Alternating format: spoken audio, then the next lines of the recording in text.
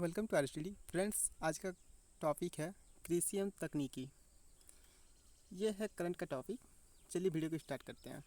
कृषि एवं संबंधित से प्रमुख बिंदु देखते हैं। आइए कुछ महत्वपूर्ण फैक्ट।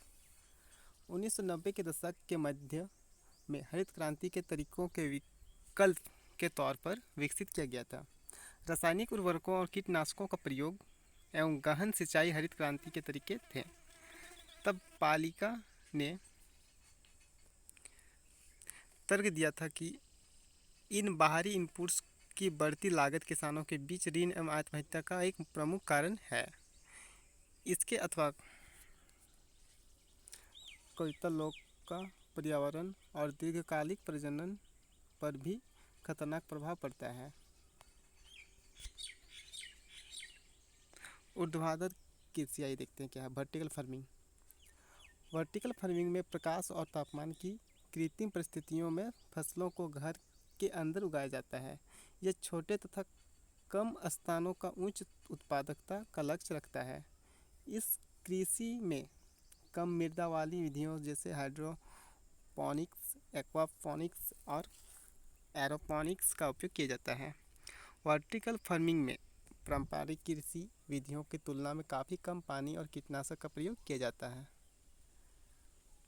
घर के भीतर फसलों मौसम पर निर्भर नहीं होती, इसलिए साल भर उत्पादकता मिलती रहती है। इस खेती के माध्यम से सलाद, टमाटर, हरी फसलों का उत्पादन किया जाता है। जापान वर्टिकल फार्मिंग के शुरुआती देशों में है। यह वैश्विक वर्टिकल फार्मिंग बाजार में सबसे बड़ा हिस्सा रखता है। आइए देखते हैं क्या है हाइड्रोपोनिक्स। हाइड्रोपोनिक्स मिट्टी के उपयोग के बिना पौधों को उगाने की एक विधि है। इससे में पानी का उपयोग करके पोषक तत्वों को पौधों तक भेजना होता है। विभिन्न सभ्यताओं ने पूरे इतिहास में कहीं न कहीं हाइड्रोपोनिक तकनीकों का उपयोग किया था, जैसे कि बेबीलोन के हायनिंग गार्डन आदि। आइए देखते हैं क्या है एक्वापोनिक्स। एक्वापोनिक्स मछली और सब्जियों दोनों के साथ साथ वृद्धि करने की एक अस्थायी विधि है। यह एक प्रकार की इंडोर खेती है। इसमें परंपरागत कृषि की तुलना में कम पानी, भूमि और श्रम के साथ साथ अधिक भोजन प्राप्त किया जा सकता है। यह एक लचीली कृषि प्रणाली है जो बेहतर पोषण तथा समृद्धि देती है। कृषि प्रौद्योगिकी देखते हैं। खेतों और कृषि कार्य में मुख्य रूप से सेंसर उपकरण में जैसे सेना और सूचना प्रौद्योगिकी का उपयोग कर कृषि में प्रगति करना और ई कृषि प्रौद्योगिकी को बढ़ावा देना है।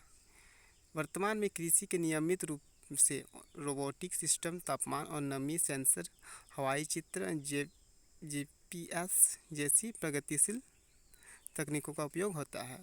उन्नत तकनीकों का रोबोटिक सिस्टम सटीक कृषि तथा संबंधित व्यवसायों को अधिक लाभदायक, कुशल, सुरक्षित, पर्यावरण के अनुकूल बनाते हैं। आइए देखते हैं कृषि प्रौद्योगिकी के लाभ क्या है। अधिक फसल उत्पादकता, पानी, उर्वरक और कितना स्कोर का कम उपयोग,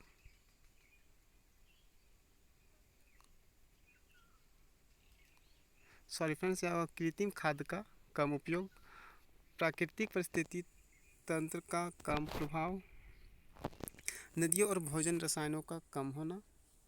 राष्ट्रीय कृषि विज्ञान अकादमी आइए देखते हैं। राष्ट्रीय कृषि विज्ञान अकादमी स्थापना 1990 में की गई थी। यह एक अकादमी पशुपालन, मत्स्य पालन, कृषि वानिकी और कृषि विज्ञान सहित कृषि उद्योगों के बीच सहयोग को बढ़ावा देना कार्य करती है। पत्नी की मुख्य भूमिका कृषि विज्ञान लोगों पत्नी नहीं होगा यह कृषि की मुख्य भूमिका कृषि विज्ञान और लोगों को एक मंच प्रदान करना जो कृषि अनुसंधान, शिक्षा, विस्तार महत्वपूर्ण मुद्दों पर विचार विमर्श करती है। आइए देखते हैं इसका उद्देश्य क्या है। पारिस्थितिकी आधारित टिकाऊ कृषि को बढ़ावा देना, कृषि के अलग अलग क्षेत्र में विज्ञानों को क्षमताओं को बढ़ावा देना, देश तथा दुनिया के वैज्ञानिकों समुदायों के साथ विभिन्न संस्थाओं और संगठनों अनुसंधान तरन लोगों को बीच सहयोग बढ़ावा देना।